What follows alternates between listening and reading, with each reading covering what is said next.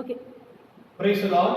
வழுவாதபடி உங்களை காக்கவும் தமது மகிமையுடைய சன்னிதானத்திலே மிகுந்த மகிழ்ச்சியோட மாசற்றவராய் உங்களை நிறுத்தவும் வல்லமை உள்ளவரும் தாம் ஒருவரே ஞானம் உள்ளவரும் ஆகிய நம்முடைய இரட்சகரான தேவனுக்கு கனமும் மகத்துவமும் வல்லமையும் அதிகாரமும் இப்பொழுதும் எப்பொழுதும் உண்டாவதாக. ஆமென். ஆண்டவராக இயேசு கிறிஸ்துவின் நாமத்தினாலே தேவத்துவம் என்று நடத்தப்படுகிற இந்த அருமையான வேத வகுப்பிற்கு உங்களை நான் வாழ்த்து வரவேற்பதில் மகிழ்ச்சி அடைகிறேன். எனக்கு அன்பானவர்களே, கடந்த நாட்களிலே ஆகாயத்தில் வெளிப்பட போகிற இயேசு கிறிஸ்து அவருடைய பிள்ளைகளாகிய நமக்கு அவர் தருகிற நன்மைகள் ஆசீர்வாதங்கள் என்ன என்பதை குறித்து தொடர்ந்து வேத பாடமாக பல நாட்கள் இவைகளை குறித்து நாம் தியானித்து வருகிறோம். அந்த வகையிலே இன்றைக்கு இந்த மாலை வேளையில பிரியமானவர்களை தொடர்ந்து இந்த வேத பாடத்தை நாம் தேவனிடத்திலிருந்து தேவ சமூகத்திலிருந்து வேத வாக்கியங்கள் மூலமாக நாம் கற்றுக்கொள்ள கர்த்தர் நமக்கு கிருபை பாராட்டுவாராக. எனக்கு பிரியமானவர்களே, ஆண்டவராக இயேசு கிறிஸ்து பரலோகமாகிய பிதாவுடைய சிங்காசனத்தை விட்டு ஆகாயத்திலே அவர் வெளிப்படுவார். கொலோசியர் 3:4 அவரோடு கூட நாமும் வெளிப்பட போகிறோம், மகிமையிலே வெளிப்பட போகிறோம். இயேசு கிறிஸ்து வருகிற வேளையிலே அவர் பரலோகத்திலிருந்து வெறுமையாய் வராமல் அவனுடைய கிரியக்கத்தக்கதான பலன்களோடு அவர் வருகிறார்.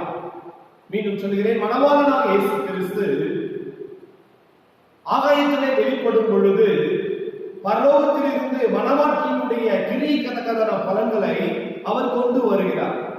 அவை நாம் வெளிப்படுத்தல் 22:12 இதோ சீக்கிரமாய் வருகிறேன், அவனுடைய கிரியக்கத்தக்கதான பலன் என்னோடு கூட வருகிறது என்று இயேசு கிறிஸ்து சொன்னார். எனக்கு அன்பான கர்த்தருடைய பிள்ளைகளே, இயேசு கிறிஸ்து வந்து கொண்டு இருக்க சீக்கிரமாய் வருவேன் என்று சொன்னவர் சீக்கிரமாய் அவர் வரப்போகிறார். அவர் வரும் பொழுது அவனுடைய கிரியக்கத்தக்கதான பலனோடு வருகிறார். மணவாளனாக இயேசு கிறிஸ்து மணவாட்டினுடைய கிரியக்கத்தக்கதான பலன்களோடு அவர் மத்திய ஆகாயத்திலே அவர் வரப்போகிறார். அவர் எதிர்கொண்டு மேகங்கள் மேல் பிரியமானவர்களே எடுத்துக் கொள்ளப்படுகிற மணவாட்டியாக திருச்சபை இயேசு கிறிஸ்துவிடத்தில் இருந்து பிரதிபலன்களை பெற்றுக் கொள்ளப் போகிறது, கிரியக்கத்தக்கதான பலன்களை பெற்றுக் கொள்ளப் போகிறது, பரலோக பொக்கிஷங்களை பெற்றுக் கொள்ளப் போகிறது, மிகுந்த பலன்களை பெற்றுக் கொள்ளப் போகிறது. இதை குறித்ததான காரியத்தை தான் இந்த வேத பாடத்துல நாம் கற்றுக்கொள்ளப் போகிறோம். 2000 ஆண்டுகளுக்கு முன்பாக மனிதனாய் பூமிக்கு வந்த தேவனுடைய ஒரே பேரான குமாரனாகிய இயேசு கிறிஸ்து, பிதாவினால் அனுப்பப்பட்ட தேவ குமாரனாக இயேசு கிறிஸ்து 3 வருடங்கள் இந்த உலகத்திலே அவர் ஊழியம் செய்தார். அதிலே குறிப்பாக முதலாவது துவக்க அவர் ஊழியத்திலே மலை பிரசங்கத்திலே மத்தேயு சுவிசேஷம் 5:11-12 ஆகிய வசனங்களிலே இப்படியாக அவர் பிரசங்கித்தார். வாசிக்கிறேன், கவனியுங்கள். என் நிமித்தம் உங்களை நிந்தித்து துன்பப்படுத்தி பலவிதமான மொழிகளையும் உங்கள் பேரில் பொய்யாய் சொல்வார்களானால் பாக்கியவான்களாய் இருப்பீர்கள். சந்தோஷப்பட்டு களி கூறுங்கள், பரலோகத்தில் உங்கள் பலன் மிகுதியாக இருக்கும். பரலோகத்தில் உங்கள் பலன் மிகுதியாக இருக்கும் என்று சொன்னார். தொடர்ந்து ஜெபத்தோடு இந்த வேத பாடத்தை நாம் தியானிக்கலாமா? கிருபையும் இரக்கமும் நிறைந்த எங்களான்பின் பரிசுத்த பிதாவே, இந்த அருமையான வேத பாடத்தை ஆண்டவரே நீர் எங்களுக்கு ஆசீர்வாதம் தரும்படியாக நாங்கள் உங்களிடத்தில் ஜெபிக்கிறோம். நீர் இந்த வேத பாட காரியங்களை நாங்கள் விலகிக் கொள்ள அப்படிப்பட்ட மனதை இருதயத்தை எங்களுக்கு தந்தருளமாய் ஆண்டவர் நாங்கள் வேண்டுகிறோம். தெளிவை தரும்படியாக நாங்கள் ஜெபிக்கிறோம். ஆண்டு நீதியான மனக்கண்களை திறந்த கர்த்தர் இப்படி மனக்கண்களை திறந்தருளும்படியாக ஜெபிக்கிறோம். இயேசுவின் நாமத்தினால் பிதாவே, ஆமென். பிரியமான தேவனுடைய பிள்ளைகளே, மீண்டும் வாசிக்கிறேன். மத்தேயு 5:11-12 ஆகிய வசனங்களை நான் வாசிக்கிறேன். என் நிமித்தம் உங்களை நிந்தித்து துன்பப்படுத்தி பலவிதமான மொழிகளையும் உங்கள் பேரில் பொய்யாய் சொல்வார்களானால் பாக்கியவான்களாய் இருப்பீர்கள். சந்தோஷப்பட்டு களி கூறுங்கள், பரலோகத்தில் உங்கள் பலன் மிகுதியாக இருக்கும். எனக்கு அன்பான கர்த்தருடைய பிள்ளைகளே, பூமியிலே ஒரு மனிதன் வாழ்கிற வேளையிலே அவன் பரலோகத்திலே மிகுதியான பலன்களை சேர்த்து வைக்க முடியுமா? பூமியிலே ஒரு மனிதன் வாழ்கிற நாட்களிலே பரலோகத்திலே தனக்கு பொக்கிஷங்களை சேர்த்து வைக்க முடியுமா என்று சொன்னால், வேதத்திலே ஆண்டவராக இயேசு கிறிஸ்து அதை குறித்து அநேக காரியங்களை நமக்கு சொல்லி இருக்கிறார். பிரியமானவர்களே, இந்த உலகத்திலே எத்தனையோ ஞானிகள் தோன்றினார்கள், எத்தனையோ தத்துவ மேதைகள் தோன்றினார்கள், எத்தனையோ நாஸ்திக தலைவர்கள் தோன்றினார்கள், மத தலைவர்கள் தோன்றினார்கள், அரசியல் தலைவர்கள் தோன்றினார்கள். இன்னும் எத்தனையோ சித்தர்களும் எத்தனையோ விதமான தேச தலைவர்களும் இந்த உலகத்திலே தோன்றினார்கள், மறைந்தும் போனார்கள். ஆனால் அவர்கள் சொல்லாத ஒரு வார்த்தையை 2000 ஆண்டுகளுக்கு முன்பாக ஊழியம் செய்த பிதாவினால் அனுப்பப்பட்ட தேவனுடைய ஒரே பேரான குமாரனாகிய இயேசு கிறிஸ்து இந்த காரியத்தை சொன்னார். என்ன சொன்னார்? பரலோகத்தில் உங்களுக்கு மீதியான பலன்கள் உண்டாயிருக்க வேண்டும் என்று சொன்னார். நீங்கள் என்ன செய்ய வேண்டும் என்பதை குறித்து அவர் தெளிவாய் மத்திய 5, 11, 12 ஆகிய வசனங்களை சொல்லி இருக்கிறார். எண்ணி நிமித்தம் உங்களை நிந்தித்து துன்பப்படுத்தி பலவிதமான மொழிகளையும் உங்கள் பேரில் பொய்யாய் சொல்வார்களானால் பாக்கியவங்களாய் இருப்பீர்கள். சந்தோஷப்பட்டு களி கூறுங்கள், பரலோகத்தில் உங்கள் பலன் மிகுதியாய் இருக்கும் என்று சொன்னார். இந்த உலகத்தில பிறந்த வாழ்ந்த மரித்த மனிதர்கள் சொல்லாத ஒரு காரியத்தை என் ஆண்டவராக இயேசு கிறிஸ்து மாத்திரமே பரலோகத்திலே மிகுதியான பலன்களை சேர்த்து வைப்பதற்கான வழியை இயேசு கிறிஸ்து போதித்திருக்கிறார். என அன்பானவர்களே, அதைத்தான் இன்றைக்கு நாம் இந்த வேத பாடத்திலே நாம் அறிந்து கொள்ள போகிறோம். பூமியிலே ஒரு மனிதன் வாழ்கிற நாட்களிலே அவன் பிரியமானவர்களே பரலோகத்திலே பொக்கிஷங்களை கணக்காக சேர்த்து வைக்க முடியும், மிகுதியான பலன்களை பரலோகத்தை சேர்த்து வைக்க முடியும். எப்படி என்பது குறித்து வசனத்தின் மூலமாக இயேசு சொன்ன காரியத்தை நாம் இன்றைக்கு தியானிக்க போகிறோம். இந்த பூமியிலே வாழ்கிற நாட்கள் சொற்ப நாட்கள் என்று பரிசுத்த வேதாகமம் சொல்லுகிறது. ஆகவே அந்த சொற்ப நாட்களிலே 70 அல்லது பலத்தின் மீதியாலே ஒரு 80 வயது உடையவர்களாய் இந்த உலகத்திலே ஒரு மனிதன் வாழக்கூடும். அந்த வாழ்நாள் குறுகிய காலமாக வேதம் நமக்கு தெளிவாய் போதிக்கிறது. சொற்ப நாட்களாக வேதம் சொல்கிறது. காலையிலே பூக்கிற பூ மாலையிலே வணங்கி விடுகிற போலதான் ஒரு மனுஷனுடைய வாழ்க்கையாக வேதம் சித்தரிக்கிறது. ஒரு புல் வாடி போவதை போல மனுஷனுடைய வாழ்க்கையும் மரணமும் சம்பவிக்கிறதை வேதம் தெளிவாய் சொல்லுகிறது. ஆக இந்த உலகத்திலே வாழ்கிற ஒரு மனிதன் பரலோகத்தில் எப்படி பொக்கிஷங்களை சேர்த்து வைக்க முடியும்? பூமியிலே வாழ்கிற ஒரு மனிதன் எப்படி பரலோகத்திலே மிகுதியான பலன்களை தனக்காக சேர்த்து வைக்க முடியும் என்று சொன்னால், இந்த பூமியிலே மனிதனாய் இருக்கக்கூடிய ஒவ்வொருவரும் ஆவிக்குரிய வாழ்க்கை வாழ முடியும். மாம்சீக வாழ்க்கை இந்த உலகத்திலே வாழ்கிறதான மனிதன் ஆவிக்குரிய வாழ்க்கையை வாழ்வதற்கான வழியை இயேசு உண்டு பண்ணி இருக்கிறார். இயேசுவை சொந்த ரட்சகராக ஏற்றுக்கொண்டு பிதா குமாரன் பரிசுத்த ஆவியானவரின் நாமத்தினாலே ஞானஸ்தானத்தை பெற்று, கர்த்தராகிய இயேசுவின் நாமத்தினாலே ஞானஸ்தானத்தை பெற்று, அது மாத்திரமல்ல பிரியமான தேவனுடைய பிள்ளைகளே, பரிசுத்த ஆவியானவரால் நிரப்பப்பட்ட அந்த வாழ்க்கை அனுபவத்தை பெற்று கர்த்தருடைய வசனத்தின்படியாக ஒரு மனிதன் உலகத்திலே வாழ்கிற வேளையிலே அவர்கள் தேவ ஆவியினாலே நடத்தப்படுகிற ஆவிக்குரிய ஒரு வாழ்க்கைக்குள்ளே வர முடியும். மாம்சத்திலே பிறந்த மனிதன் ஆவியிலே பிறந்து ஆவிக்குரிய வாழ்க்கை வாழ வேதம் அநேக ஆலோசனைகளை நமக்கு போதிக்கிறது.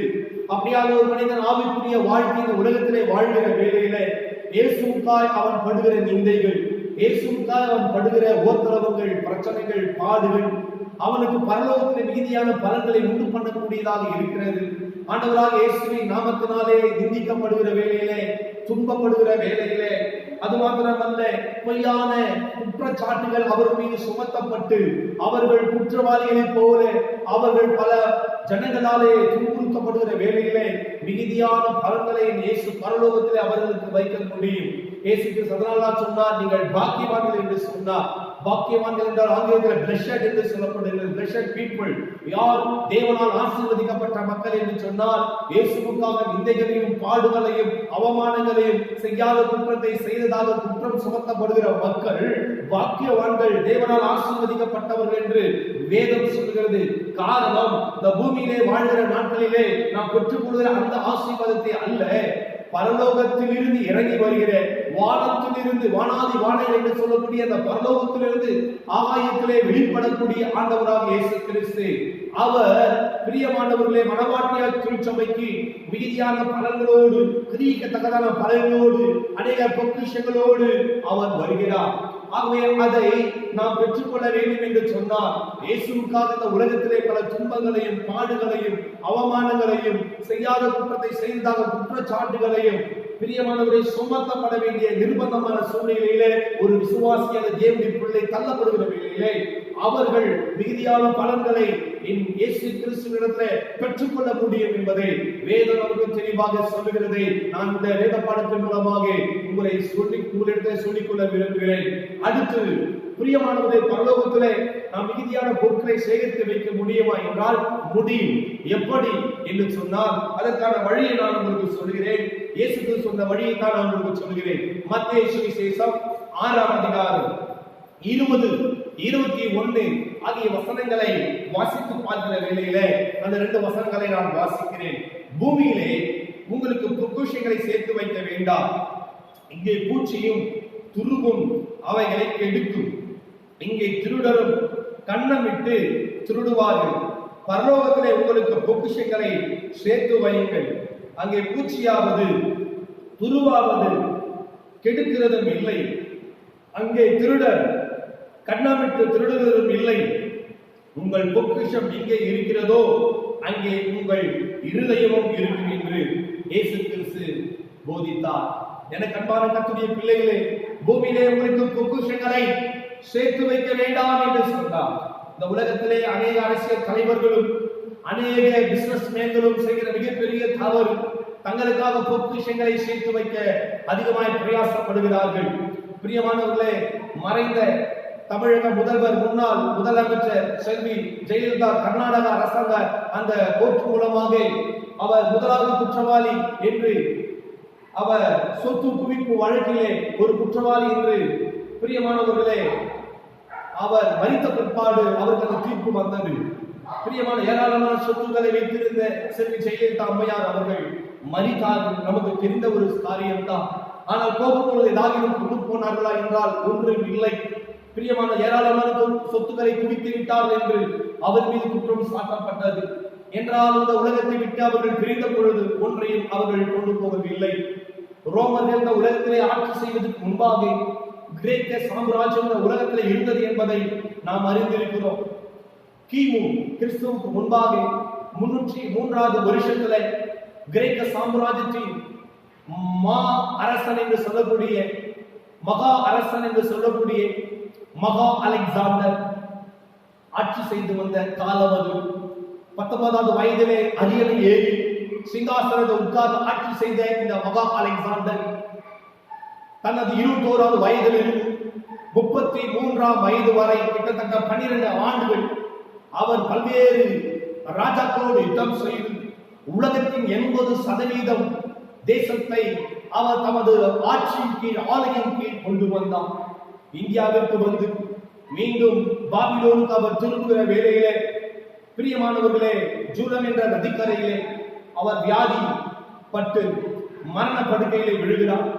அந்த மரண படுக்கையிலே தனது தளபதிகள் 4 நபர்களை அழைத்து அவர் சொன்ன கடைசி காரியங்கள் இன்றும் சரித்திரத்தில் எழுதப்பட்டு இருக்கிறது. அவைகள் இந்த நாட்களிலே சிந்திக்கப்பட வேண்டிய ஒரு காரியமாக இருக்கிறது. எனக்கு அன்பானவர்களே, அவர் என்ன சொன்னார் தெரியுமா? நான் மரித்து போவது நிச்சயம், ஆகவே நான் மரித்த இடத்தில் இருந்து என்னை அடக்கம் பண்ணப்படுகிற இடம் வரைக்கும் சவப்பட்டியிலே என்னை வைத்து ஊர்வலமாக என்னை கொண்டு செல்லுங்கள்.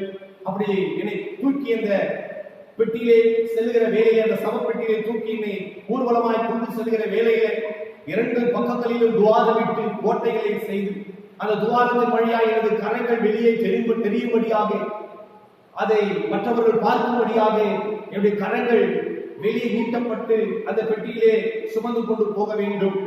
அப்படி சுமந்து கொண்டு அந்த பெட்டியை ஊர்வலமாக கொண்டு செல்கிற வேலையில முன்பாக ஒரு போர் சேவகன் இப்படியாக சொல்லிக் கொண்டு செல்ல வேண்டும் என்று மகா அலெக்சாண்டர் கட்டளை கொடுத்தார். அந்த மரண படுக்கை அதுதான் அவருடைய கடைசி ஆசையாக இருந்தது.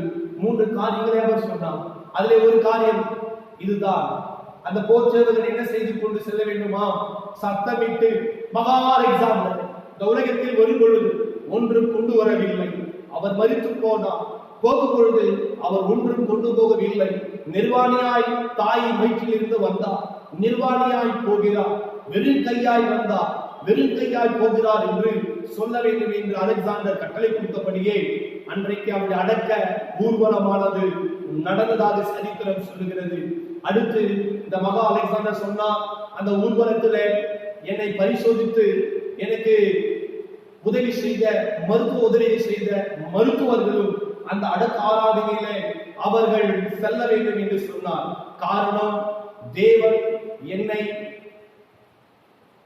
வியாதியை கொடுத்து மறுக்கும்படியாக அவருடைய சித்தம் இருக்கும் என்று சொன்னால் என்னை காப்பாற்ற எந்த மருத்துவர்களால் முடியாமல் போய்விட்டது அல்லவா? ஆகவே தேவன் ஒரு மனிதனுக்கு மரணத்தை கொடுப்பார் என்று சொன்னால், வியாதியை கொடுத்து மரணத்தை கொடுப்பார் என்று சொன்னால், அதிலிருந்து விடுதலை கொடுக்க உலகத்திலே எந்த மருத்துவர்களாலும் முடியாது என்பதை ஜனங்கள் அறிந்து கொள்ள எனது சவப்பெட்டியை தூக்கி கொண்டு போகிற வேளையில அங்கே மருத்துவர்களும் செல்ல வேண்டும் என்று மகா அலெக்சாண்டர் சொன்னார். அவனமாகவே அடக்க ஆராதனையின் அந்த ஊர்வலம், அந்த காரியம் நடந்ததாக சரித்திரம் சொல்லுகிறது.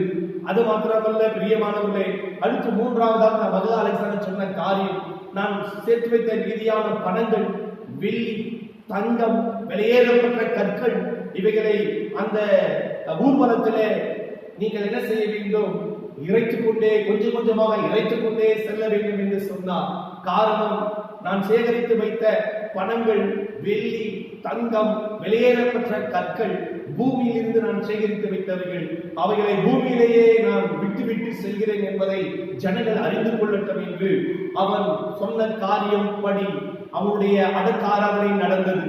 இன்றைக்கு அநேகருடைய அந்த மரண ஊர்வலத்துல பிரியமானவர்களே, பூமாலைகளை தூக்கி எறிவது, அது மாத்திரமல்ல பூக்களை பீட்டி எறிவதும், காசுகளை சில்லறையாக மாற்றி அதை எரிவதும் போன்ற காரியங்களை நாம் பார்க்கிறோம். இந்த வழக்கம் எப்படி வந்தது? மகா அலெக்சாண்டருடைய மரண ஊர்வலத்தில் நடந்த காரியத்துடைய பிரதிபலிப்பாகத்தான் இன்றைக்கு இந்த உலகத்தில் மறிக்கிற ஒவ்வொரு மரண ஊர்வலத்திலும் நடக்கிறது என்பதை நாம் அறிந்து கொள்ள வேண்டும் என அன்பானவர்களே. ஆகவே மகா அலெக்சாண்டர் உலகத்தின் 80% மேலான நாடுகளை கைப்பற்றியவர். போகும்பொழுது ஒன்றும் கொண்டு போகவில்லை. அதைத்தான் இயேசு சொன்னார், உலகத்திலே நீங்கள் பூமியிலே பொக்கிஷங்களை சேர்த்து வைக்க வேண்டாம், பரலோகத்திலே உங்களுக்கு பொக்கிஷங்களை சேர்த்து வையுங்கள் என்று இயேசு சொன்னார். அன்பான தேவ பிள்ளைகளே, பரலோகத்திலே நாம் எப்படி பொக்கிஷங்களை சேர்த்து வைப்பது என்பதை நான் உங்களுக்கு சொல்லித்தர விரும்புகிறேன். என்னோடு கூட மத்தேயு சுவிசேஷம் 19ஆம் அதிகாரம் நேராய் ஒரு வேத பகுதியை திருப்பிக் கொள்ளுங்கள். மத்தேயு சுவிசேஷம் 19ஆம் அதிகாரம் 21வது வசனத்தை பாருங்கள். அங்கே ஐஸ்வர்யம் உள்ள ஒரு வாலிபனோடு இயேசு சம்பாஷணை செய்கிற காரியம் சொல்லப்பட்டிருக்கிறது. ஆகவே அந்த வாலிபன் மிகப்பெரிய ஐஸ்வர்யம் உள்ள ஒரு வாலிபன். அந்த வாலிபரை பார்த்து இயேசு சொன்னார், நீ பூரண சர்க்குணமாய் இருக்க விரும்பினார், போய் உனக்கு உண்டானவனை விற்று தரித்திரருக்கு கொடு, அப்பொழுது பரலோகத்தில் உனக்கு பொக்கிஷம் உண்டாகி இருக்கும். பூமியிலே ஒரு மனிதன் வாழ்கிற நாட்களிலே அவன் ஆவிக்குரிய வாழ்க்கை இந்த பூமியிலே வாழ்ந்து பிரியமானவரை பரலோகத்திலே தனக்கு பொக்கிஷங்களை சேர்த்து வைக்கக்கூடிய வழியை இயேசு போதித்தார். இந்த வழி இந்த உலகத்திலே வாழ்ந்த எந்த மனிதரும் நமக்கு கற்றுத்தரவில்லை. என் ஆண்டவராக இயேசு கிறிஸ்து மாத்திரமே இந்த காரியத்தை நமக்கு கற்றுக் கொடுத்திருக்கிறார். பிரியமானவர்களே, ஆகவே இந்த வாலிபன் மிகப்பெரிய ஐஸ்வர்யவானாக இருந்ததினாலே அவன் துக்கப்பட்டு அந்த இடத்தை விட்டு அவன் கடந்து போய் விட்டான். ஏழை எளிய மக்களுக்கு நம்முடைய ஆஸ்திகளால் ஊழியம் செய்வோம் என்று சொன்னார். எளியவர்களுக்கு இந்த நாட்களிலே உதவி செய்வோம் என்று சொன்னார். நம்முடைய கிரியைகள் அவருடைய ஞாபக புஸ்தகத்தில் எழுதி வைக்கப்படுகிறபடினாலே அந்த கிரியைக்கான பலன்களோடு என் இயேசு பிதாவுடைய சிங்காசனத்திலிருந்து வருகிற வேளையிலே ஆகாயத்திலே கிறிஸ்துவின் நியாயாசனத்திலே பிரியமானவர்களே மகிமையிலே நாம் வெளிப்படும் பொழுது நமக்கு அவர் தர ஆயத்தமாக இருக்கிறார். பிரியமான கர்த்தருடைய பிள்ளைகளே, லூக்கா சுவிசேஷம் 8ஆம் அதிகாரம் 3வது வசனத்தை வாசிக்கிற வேளையிலே தங்கள் ஆசையால் அவருக்கு ஊழியம் செய்து கொண்டிருந்த மற்ற அநேக ஸ்திரீகளும் அவருடனே இருந்தார்கள் என்று எழுதப்பட்டிருக்கிறது. இயேசு கிறிஸ்து ஊழியம் செய்த நாட்களிலே கலிலேயாவில் இருந்த அநேக ஸ்திரீகள் தங்கள் ஆஸ்திகளாலே அவருக்கு ஊழியம் செய்து வந்ததாக வேதத்திலே நாம் பார்க்க முடியும். ஆகவே நமக்கு தேவன் தந்திருக்கிற ஆஸ்திகள் தேவனுடைய ராஜ்யம் கட்டப்படுவதற்காக, தேவநாமம் மகிமைப்படுவதற்காக, பூமியில் அநேக மக்கள் ரட்சிக்கப்படுவதற்காக, பூமியில் அநேகர் ஆசீர்வதிக்கப்படுவதற்காக நாம் அவைகளை விதைப்போம் என்று சொன்னால் பரலோகத்தில் அதற்கான ஆசீர்வாதங்களை நிச்சயம் நாம் அறுப்போம் என்பதை இந்த வேத பாடத்தின் மூலமாக நான் உங்களுக்கு தெரிவித்துக் கொள்கிறேன். பிரியமானவர்களே, மத்தேயு சுவிசேஷம் 5:11-12 இயேசு கிறிஸ்து மிகுதியான பலன்களை பரலோகத்தை சேர்த்து வைப்பதற்கான வழியை நமக்கு கற்றுக் கொடுத்திருக்கிறார். இதை லூக்காவிலே சற்று வித்தியாசமாக நாம் பார்க்க முடிகிறது. லூக்கா 6ஆம் அதிகாரம் 22-23 ஆகிய வசனங்களை பார்க்கிற வேளையிலே, மனுஷகுமாரன் நிமித்தமாக ஜனங்கள் உங்களை புறம்பாக்கி உங்களை நிந்தித்து உங்கள் நாமத்தை பொல்லாததென்று தள்ளிவிடும்போது நீங்கள் பாக்கியவான்களாய் இருப்பீர்கள். அந்நாளில் நீங்கள் சந்தோஷப்பட்டு களி கூறுங்கள், பரலோகத்தில் உங்கள் பலன் மிகுதியாய் இருக்கும் என்று என் ஆண்டவராகிய இயேசு சொன்னார். பிரியமானவர்களே, பரலோகத்திலே நம்முடைய பலன் மிகுதியாக இருக்க வேண்டும் என்று சொன்னார். நாம் செய்ய வேண்டிய காரியம் என்ன? மனுஷகுமாரன் நிமித்தமாக ஜனங்கள் உங்களை புறம்பாக்க வேண்டும், அடுத்து உங்களை நிந்திக்க வேண்டும், அடுத்து உங்கள் நாமத்தை பொல்லாதது என்று தள்ளிவிட வேண்டும். இந்த 3 காரியங்கள் மனுஷகுமாரன் நிமித்தமாக, இயேசு கிறிஸ்துவின் நிமித்தமாக, இந்த கிறிஸ்துவ மார்க்கத்திலே வந்ததின் நிமித்தமாக இந்த சம்பவங்கள் நடக்க வேண்டும் சொன்னால் நாம் பாக்கியவான்கள் என்று இயேசு கிறிஸ்து வேதத்திலே சொல்லி வைத்திருக்கிறார். ஆகவே களி கூறுங்கள் என்று இயேசு சொல்லி இருக்கிறார். ஏனென்று சொன்னால் பரலோகத்திலே உங்களுக்கு மிகுதியான பலன் உண்டு என்று இயேசு சொன்னார். அது மாத்திரமல்ல, என்னோடு கூட லூக்கா எழுதின சுவிசேஷம் நேராய் உங்கள் வேத பகுதியை திருப்பிக் கொள்ளுங்கள். லூக்கா எழுதின சுவிசேஷம் 6ஆம் அதிகாரம் 32, 33, 34, 35. லூக்கா 6ஆம் அதிகாரம் 32 35 வரை உள்ள வசனங்களை நான் வாசித்து காட்ட விரும்புகிறேன். உங்களை சிநேகிக்கிறவர்களையே நீங்கள் சிநேகித்தால் உங்களுக்கு பலன் என்ன? பாவிகளும் தங்களை சிநேகிக்கிறவர்களை சிநேகிக்கிறார்களே. உங்களுக்கு நன்மை செய்கிறவர்களுக்கு நீங்கள் நன்மை செய்தால் உங்களுக்கு பலன் என்ன? பாவிகளும் அப்படி செய்கிறார்களே. திரும்ப கொடுப்பார்கள் என்று நம்பி நீங்கள் கடன் கொடுத்தால் உங்களுக்கு பலன் என்ன? திரும்ப தங்களுக்கு கொடுக்கப்படும்படியாக பாவிகளுக்கு கடன் கொடுக்கிறார்களே. உங்கள் சத்துருக்களை செய்யுங்கள், நன்மை செய்யுங்கள், கைமாறி கருதாமல் கடன் கொடுங்கள், அப்பொழுது உங்கள் பலன் மிகுதியாக இருக்கும். உன்னதமானவருக்கு நீங்கள் பிள்ளைகளாக இருப்பீர்கள். அவர் நன்றி அறியாதவர்களுக்கும் துரோகிகளுக்கும் நன்மை செய்கிறாரே என்று இயேசு கிறிஸ்து சொன்னதை நாம் பார்க்க முடிகிறது. பரலோகத்திலே நமக்கு ஒரு மிகுதியான பலன் கிடைப்பதற்கான வழியை இயேசு போதித்திருக்கிறார். பிரியமானவர்களே, அதற்கான வழியை தான் உங்களுக்கு சொல்லுகிறேன். முதலாவது, உங்கள் சத்துருக்களை சிநேகியுங்கள். இரண்டாவது, நன்மை செய்யுங்கள். மூன்றாவது, கைமாறு கருதாமல் கடன் கொடுங்கள். இப்படி செய்கிற வேளையிலே உங்கள் பலன் மிகுதியாக இருக்கும் என்று இயேசு சொன்னது போல நம்முடைய பலன் நிச்சயமாக மிகுதியாக இருக்கும் என்பதில் எந்த சந்தேகமும் இல்லை. எனக்கு அன்பான கர்த்தருடைய பிள்ளைகளே, என் இயேசு சீக்கிரம் வருகிறார். அவன் நம்முடைய கீழ்கத்தக்கதான பலனோடு கூட என் இயேசு வருகிறார். மத்தேயு 16ஆம் அதிகாரம் 27வது வசனத்திலே, மனுஷகுமாரன் தம்முடைய பிதாவின் மகிமை பொருந்தியவராய் தம்முடைய தூதரோடு கூட வருவார். அப்போது அவனவன் கிரியைகளுக்கு தக்கதாக அவனவனுக்கு பலன் அளிப்பார் என்று என் இயேசு சொன்னபடி அவனுடைய கிரியைக்கத்தக்கதான பலனை தரும்படி என் இயேசு இந்த பூமிக்கு வருகிறார். எனக்கு அன்பான தேவ ஜனமே, அப்படி அவர் வரும்பொழுது நாம் மிகுதியான பலன்களை நாம் பரலோகத்தில் சேர்த்து வைத்திருப்போமானால் அந்த மிகுதியான பலன்களை நாம் பெற்றுக்கொள்ள அவர் வேகமாக அவர் கடந்து கொண்டு அதை நம்மிடத்திலே அவர் தர வல்லமை உள்ளவராக இருக்கிறார். எனக்கு அன்பான கர்த்தருடைய பிள்ளைகளே, பரலோகத்திலே மிகுதியான பொக்கிஷங்களை நாம் சேர்த்து வைத்திருப்போமானால் அந்த பொக்கிஷங்களை நாம் பெற்றுக்கொள்ளத்தக்கதாக அவர் வானத்திலிருந்து வானாதி வானங்களில் இருந்து பரலோகத்திலிருந்து ஆகாயத்திலே அவர் வருகிற வேளையிலே அந்த ஆசீர்வாதங்களை நமக்கு நிச்சயம் கொண்டு வருவார். எனக்கு அன்பான கர்த்தருடைய பிள்ளைகளே, அடுத்து லூக்கா எழுதின சுவிசேஷம் 14ஆம் அதிகாரம் 12-14 வரை வசனங்களை வாசிக்கின்றேன், கவனியுங்கள். லூக்கா 14:12 முதல் 14 வசனங்கள். அன்றியும் அவர் தம்மை விருந்துக்கு அழைத்தவனை நோக்கி, நீ பகல் விருந்தாவது ராவிருந்தாவது பண்ணும்போது உன் சிநேகிதரை ஆகிலும் உன் சகோதரரை ஆகிலும் உன் பந்து ஜனங்களை ஆகிலும் ஐஸ்வர்யமுள்ள அயலகத்தாரை ஆகிலும் அழைக்க வேண்டாம். அழைத்தால் அவர்களும் உன்னை அழைப்பார்கள். அப்பொழுது உனக்கு பதிலுக்கு பதில் செய்ததாகும். நீ விருந்து பண்ணும்போது ஏழைகளையும் ஊனரையும் சப்பானிகளையும் குருடரையும் அழைப்பாயாக. அப்பொழுது நீ பாக்கியவானாய் இருப்பாய். அவர்கள் உனக்கு பதில் செய்ய மாட்டார்கள். நீதிமான்களின் உயிர்த்தெழுதலில் உனக்கு பதில் செய்யப்படும். இயேசு சொன்னார், நீதிமான்களுடைய உயிர்த்தெழுதலிலே உனக்கு பதில் செய்யப்படும். பிரியமானவர்களே, கிறிஸ்துவில் மரித்த நீதிமான்கள் உயிர்த்தெழக்கூடிய நாட்களிலே நாம் மறுரூபமாக்கப்பட்டு ஆகாயத்தில் கிறிஸ்துவோடு வெளிப்படுகிற வேளையிலே பிரியமான தேவனுடைய பிள்ளைகளே நமக்கு பதில் செய்யப்படும். ஆகவே இந்த பூமியிலே வாழ்கிற நாட்களிலே அன்பான தேவ பிள்ளைகளே, ஏழைகளை நினைவு கூறுங்கள், தரித்திரரை நினைவு கூறுங்கள், கூடரையும் சப்பானிகளை நினைவு கூறுங்கள், குருடரை நினைவு கூறுங்கள். பிரியமான இப்படிப்பட்ட மக்களுக்கு உதவி செய்யுங்கள். நீங்கள் செய்கிற உதவிகள், நீங்கள் செய்கிற நன்மைகள், நீங்களுடைய ஆசைகளை செலவழித்து நீங்கள் செய்கிறதான நற்கிரியைகள் பிரியமானவர்களே மீதியான பலன்களை, மிகுதியான ஆசீர்வாதங்களை இயேசு கிறிஸ்துவின் இடத்திலிருந்து கிறிஸ்துவின் நியாயாசனத்தில் வெளிப்பட போகிற என் தேவாதி தேவனாகிய ராஜாதி ராஜாவாகிய கர்த்தாதி கர்த்தராகிய இயேசு கிறிஸ்துவின் இடத்திலிருந்து நீங்கள் பெற்றுக் கொள்ள முடியும். எனக்கு அன்பான கர்த்தருடைய பிள்ளைகளே, அடுத்து தொடர்ந்து வேதத்திலே நாம் அநேக காரியங்களை பார்க்கிறோம்.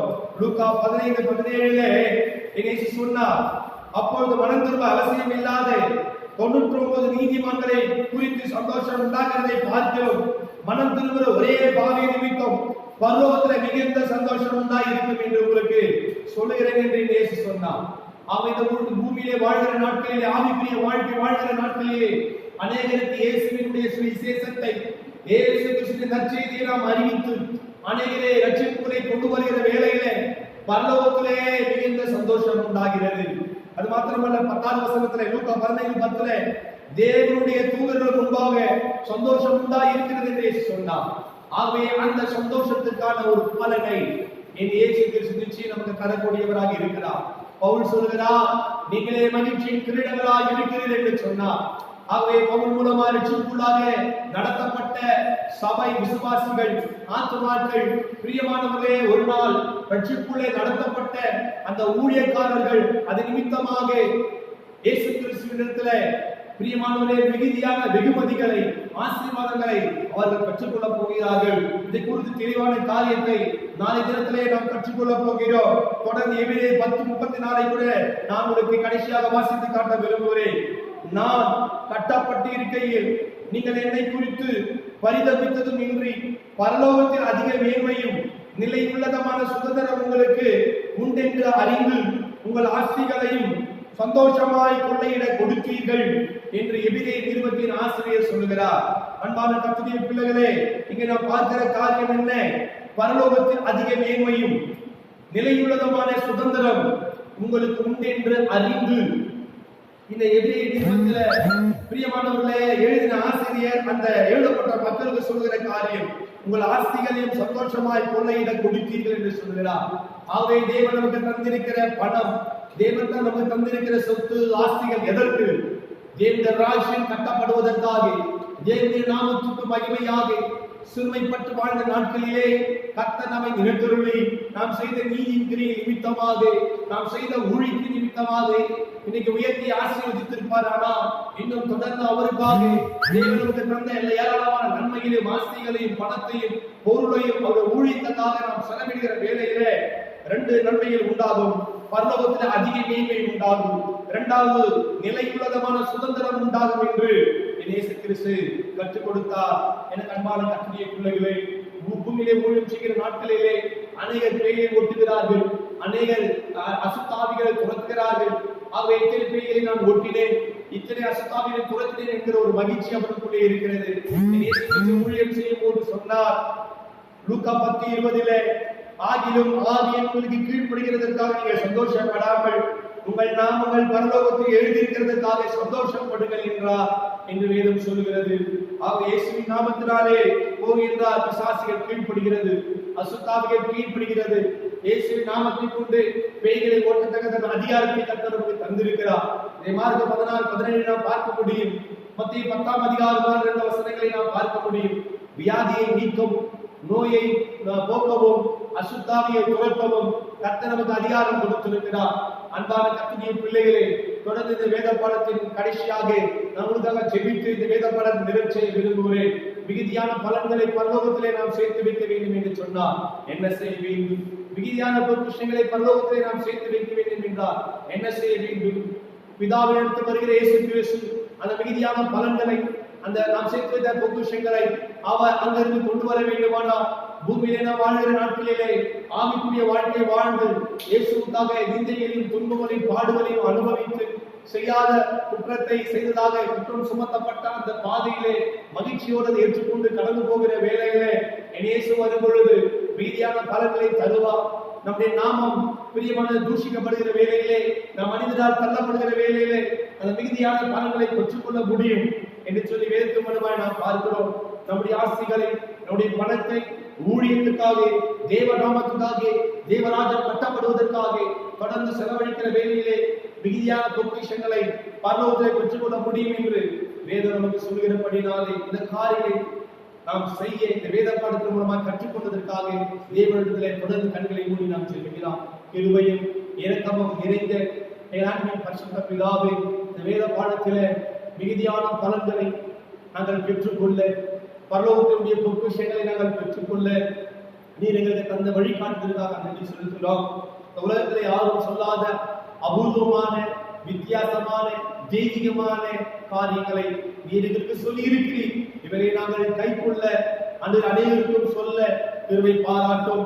பிதாவுடைய சிங்காசனத்திலிருந்து ஆகாயத்தில் வெளிப்பட போகிறேன் இயேசு வெறுமையாகி வராமல் அவனுடைய பெரிய கத்தகால பலன்களோடு வருகிற வேளையிலே அந்த பலன்களை, மீதியான பலன்களை நாங்கள் பெற்றுக்கொள்ள, அந்த பொக்கிஷங்களை நாங்கள் பெற்றுக்கொள்ள எங்களுக்கு உதவி செய்யும். இயேசுவின் நாமத்தினால் பிதாவே, ஆமென். கர்த்தர் கொடுங்களை ஆசீர்வதிப்பாராக. God bless you.